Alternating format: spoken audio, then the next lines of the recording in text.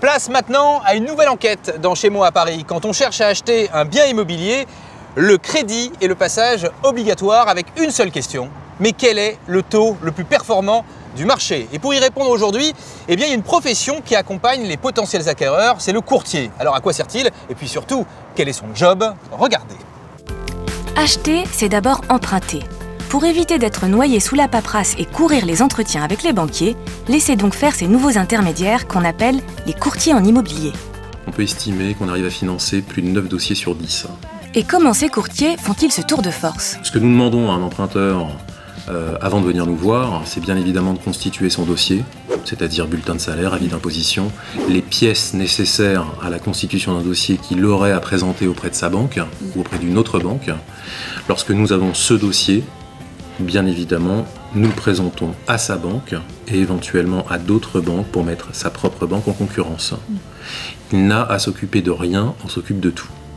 Et concrètement, quelles sont les 3 fonctions du courtier? La première, bien évidemment, c'est la fonction comparative. Nous avons des partenariats avec toutes les banques nationales. Car un courtier reçoit les taux 2 fois par mois. Il détermine ainsi quel est l'établissement qui propose la meilleure offre du moment.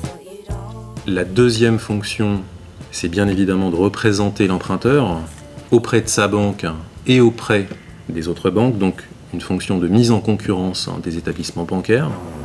En fonction de votre profession, le courtier va opter pour la banque adéquate. Si vous avez un métier atypique, comme intermittent du spectacle, il ira frapper directement à la bonne porte.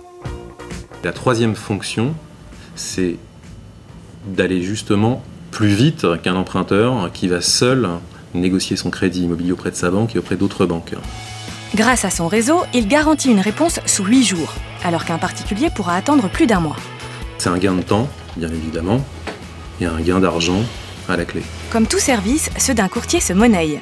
Certains courtiers ne touchent leur honoraire qu'au moment de l'obtention du prêt. Ouvrez donc l'œil. Les honoraires de courtage sont bien évidemment libres. Des courtiers qui vont facturer entre 1000 et 2000 euros, d'autres courtiers qui vont facturer entre 500 et 1000 euros, et d'autres courtiers qui ne facturent rien, ceux qui justement ne travaillent que sur le web. Nous avons 2 modes de distribution. Soit le client ne rencontre jamais de conseiller financier et il passe par un plateau web. La deuxième voie, c'est de rencontrer donc le courtier sur une agence physique. Dans le premier cas, le client sur le plateau web paye les frais de dossier à la banque. Dans le deuxième cas, il les paye au courtier, mais n'en a pas auprès de la banque. Alors que faut-il retenir avant d'avoir recours à un courtier? Un courtier traite tous les dossiers. 9 dossiers sur 10 auront une réponse positive. Il sait vers qui se tourner en fonction de votre situation professionnelle. Il propose une réponse de votre dossier de prêt sous 8 jours.